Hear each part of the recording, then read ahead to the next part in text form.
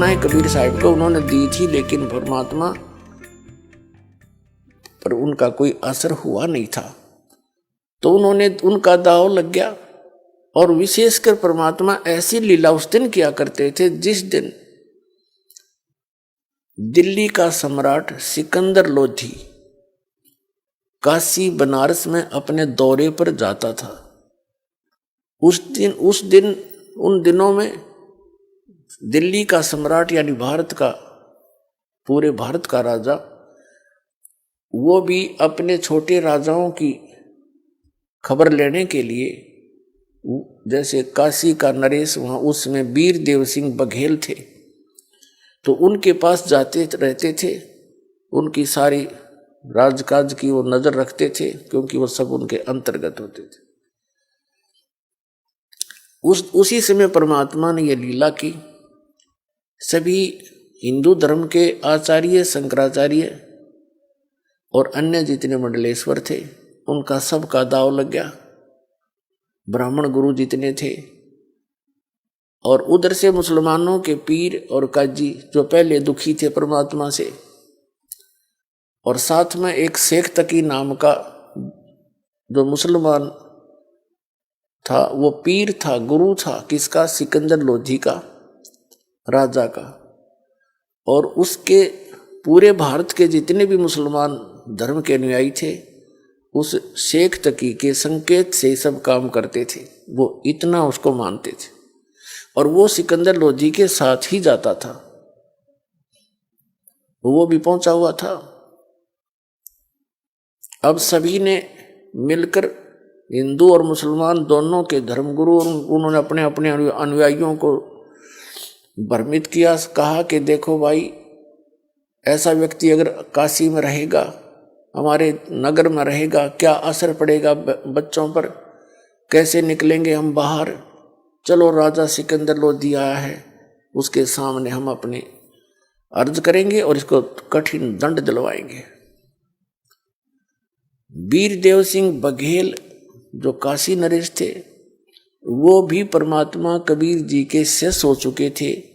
उनकी लीला देखकर, उनकी शक्ति देखकर, उनके ज्ञान को से परिचित होकर दिल्ली के सम्राट सिकंदर लोधी भी कबीर परमात्मा जी के शिष्य हो चुके थे।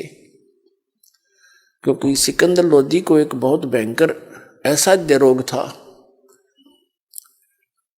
और वो परमात्मा कबीर जी के आशीर्वाद मात्र से स्वस्थ हो गया था, जिस कारण से पुनर्जीवन प्राप्त करके सिकंदर लोधी कबीर परमात्मा का बहुत आभार व्यक्त किया करते थे और शिष्य भी बन गए थे। लेकिन राजा का इतना ही सांग होता है, जनता घनी दिखी ना, अपने राज के जाने के भय से वो कुछ भी फैसला ले लेता है। उस समय ना वो भगवान देखता, ना कोई गुरु और धर्म देखता। धर्म मीन धार्मिकता।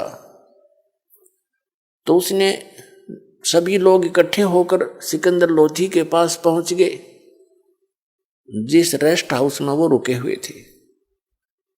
सारी कहानी से परिचित होकर के राजा ने आदेश दे दिया कि इसको, सभी ने कहा जी इसको सजाए मौत दी जाए और गंगा के अंदर डबो के मारना चाहिए इसको, पत्थर मार मार के। राजा ने अपने राज्य को बचाने के लिए, कहीं जनता तेरी विरोधी ना हो जा, ये हम इसे नकली है, अपने हाथ से सिकंदर लोधी ने कबीर साहब का, अपने गुरुदेव का हथकड़ी लगाई। राजा ने, जो एक सिपाही का काम था, सिर्फ नंबर बनाने के लिए जनता में अगर लोग मेरे से विरोधी ना हो जा, और सबको पता था कि राजा का गुरुदेव है, और कहीं ये मेरे से इस कारण से विरोध ना कर ले कि यूँ सजा नहीं दे सकता, ये तो इसका चेला है। वो सब मर्यादाओं को लांघ के अपने हाथों, परमात्मा के हाथों में हथकड़ी लगाई, पैरों में बेड़ी और गल में एक जंजीर भारा डाला करते, तोक जो नीचे पैरों से लेकर हथकड़ियों के साथ ऊपर तक जकड़ देती थी। उस पर दौड़ नहीं सकता, भाग नहीं सकता, धीरे धीरे चल सकता था। ऐसा करके और कहा इसको गंगा दरिया में डुबो दो। अब शेख तकी जो धार्मिक गुरु था सिकंदर लोधी का, उसने बागडोर संभाल ली, अगली माफ कर दो इसका काम। उनको ले जा करके गले में पत्थर बांध दिए। वो बेड़ी हथकड़ी तो लगाई रखी थी, तोक भी जड़ रखी थी, पत्थर भी बांध दिए गले में भारा भारा रस्सों से, और नौका में बैठा के 5, 7, 10 व्यक्ति साथ गए। दरिया गंगा के बीच में जाके उठा के कबीर साहब को और ऐसे पटक दिया कि ना हाथ पैर मार सकेगा और पत्थरों के वजन से डूब जाएगा, इसका टंटा कट जाएगा।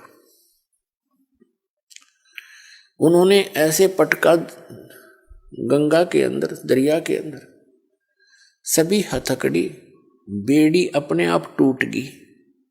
पत्थर बांध रखे थे वो टूट गए, वो दरिया में डूब गए। और कबीर साहब ऐसे बैठे हैं उस गंगा के जल के ऊपर जैसे थल पर बैठा करते हैं, आसन पद्म लगा के। नीचे से लहर जा रही है, परमात्मा सुरक्षित बैठे। अब नौका वाले वापस आ गए। अब लोगों ने देखा कि ये डूबा नहीं। पहले तो ये सोचा कि अब डूब जाएगा थोड़ी सी देर में, पत्थर वत्थर नीचे खींचेंगे इसको। जब देखा कि इतना डूब रहा है, ना इसको हथकड़ी रही है, तो सब ने कहा कि पत्थर मारो, पत्थर मारो।